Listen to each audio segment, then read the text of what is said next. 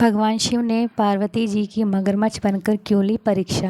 हिंदू धर्म में सोमवार के दिन का बेहद महत्व माना जाता है। सोमवार का दिन भगवान भोलेनाथ को समर्पित होता है।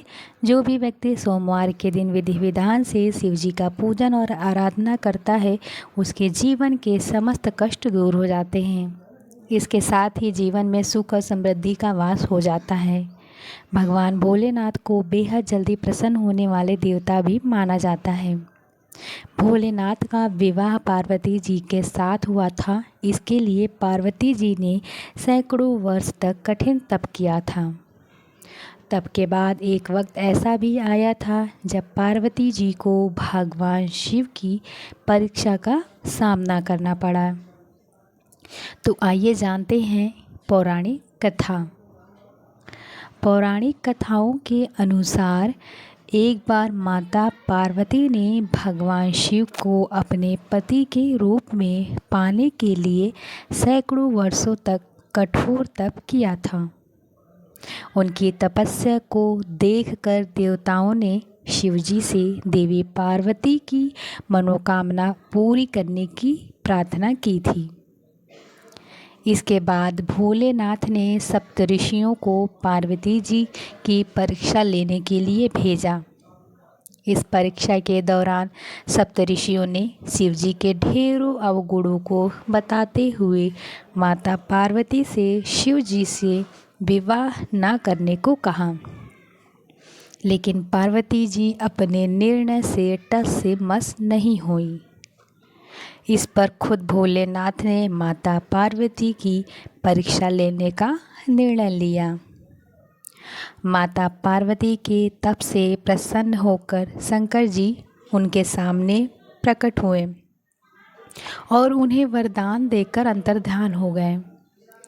कुछ क्षणों बाद ही एक मगरमच्छ ने एक लड़के को पकड़ लिया और लड़का मदद के लिए ज़ोर ज़ोर से पुकारने लगा।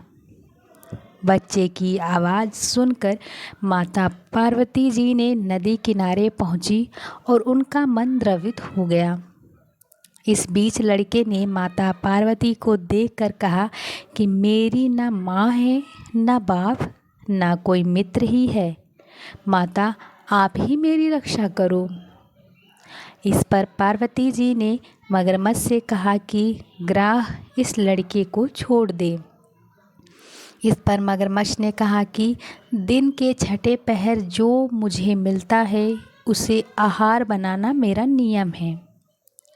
पार्वती जी की विनती करने पर मगरमच्छ ने लड़के को छोड़ने के बदले पार्वती जी के तप से प्राप्त वरदान का पुण्य फल मांग लिया।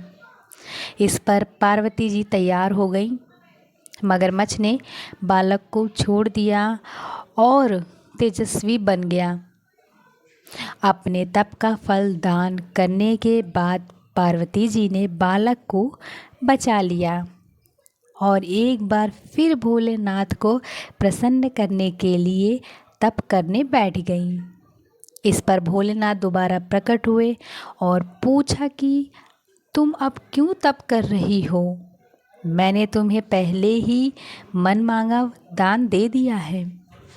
इस पर पार्वती जी ने अपने तप का फल दान करने की बात कही।